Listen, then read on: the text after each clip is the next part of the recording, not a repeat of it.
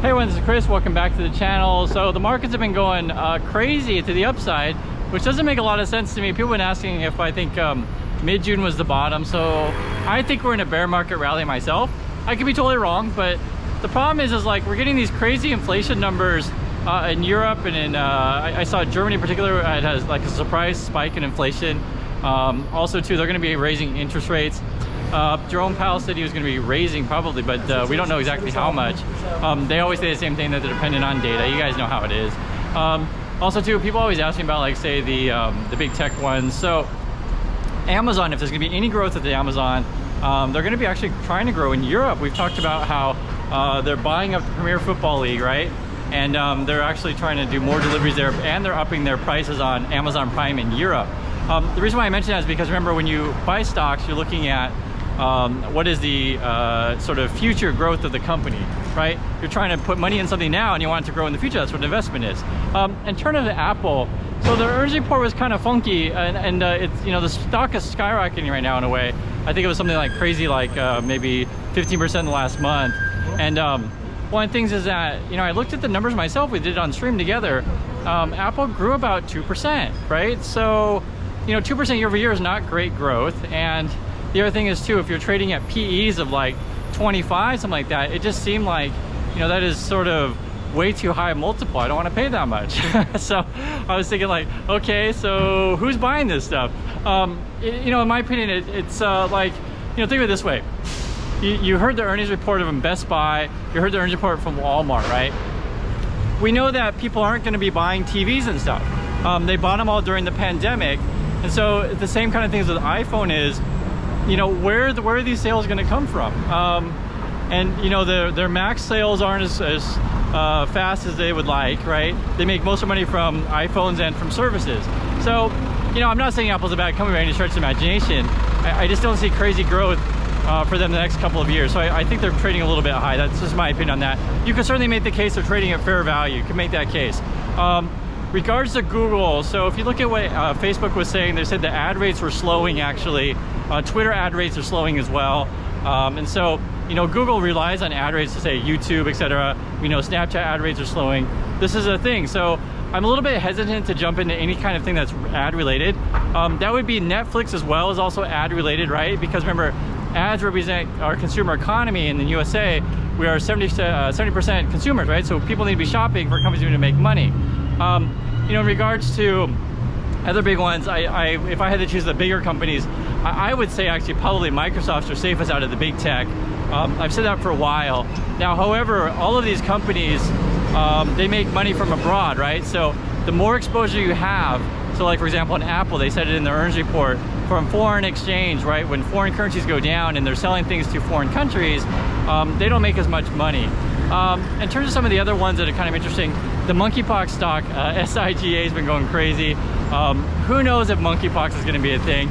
If you know monkeypox is going to be a thing, or you think it's going to be a thing, please give a shout out in the comments below. I'd love to hear about that. In terms of overall, so a lot of people often ask, you know, is now the time to be investing? You could certainly make the case, yes, every time is the time to be investing, but the question would be how much, right?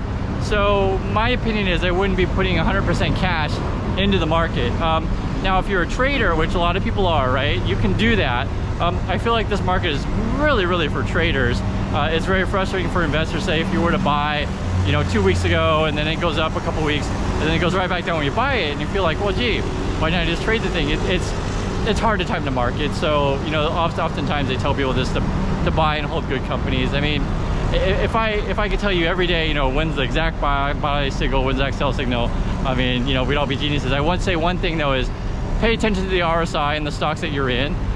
Those usually give you pretty good indicators, right? So, you know, under 30 you're looking to buy, over 70 you're looking to sell. You guys know this kind of things. Also too, in the other news, I noticed that Biden and Xi are having a meeting.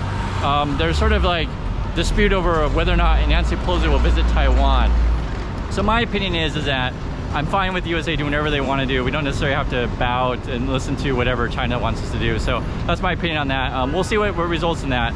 Other things I noticed in the news as well is gas prices, I was looking, are actually going up. It was a weird day today.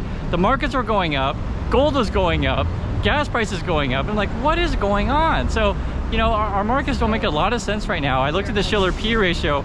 We're trading at 30. If you know what Shiller P is, it's basically the price of the market related to the earnings of the market adjusted for inflation. And like, you know, 30 is high when you're saying the average historically is usually about 17. Now for the PE to go down, you either have earnings of companies go up, right? I say this all the time, or the price of stocks go down. Now, where are their earnings gonna come from? Like, who's buying all this stuff? You know, you turn on the news and you get forecasts from Facebook, you get forecasts from Walmart. You see that in the forecast in the negative sense, right? They're saying things are slowing down, and then you find out like Rivian's firing people and stuff like that. So I don't know, I find this really odd. And one thing that I think has been kind of a thing on the internet, which I've been seeing, where people are saying that like they've changed the definition of recession on Wikipedia, and they've locked it so people can't have a discussion with that. I thought that was kind of funny. So one of the things that I would say in terms of that is, it is totally true that the NREB, it's like the National Review of Economic Board, they're the ones who determine whether or not we're officially in a recession.